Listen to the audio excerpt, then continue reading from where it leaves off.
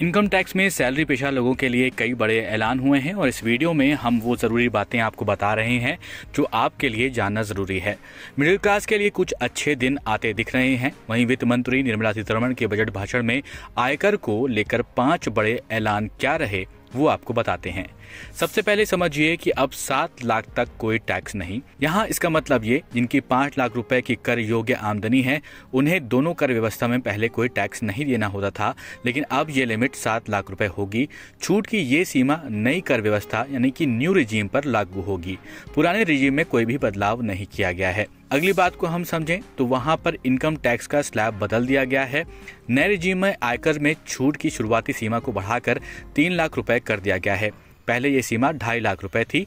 अब इसमें फायदे को समझें तो नई व्यवस्था में शामिल होने वाले करदाताओं को बड़ी राहत मिलेगी। किसी व्यक्ति की अगर सालाना आमदनी 9 लाख रुपए है तो उसे महज 45,000 रुपए ही टैक्स देना होगा। ये उसकी आमदनी का 5% ही होगा। उसे 25% कम टैक्स देना होगा।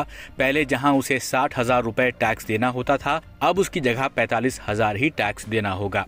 अगली बात पर ध्यान दें तो स्टैंडर्ड डिडक्शन में बदलाव हुए हैं। पेंशनर्स, फैमिली पेंशनर्स और तय वेतन पाने वाले लोगों को नई व्यवस्था में स्टैंडर्ड डिडक्शन में थोड़ी राहत मिलेगी।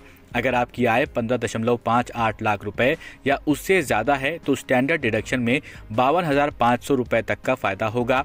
पहले स्टैंडर्ड डिडक्शन 50,000 रुपए था। सुपर रिच टैक्स घटा है।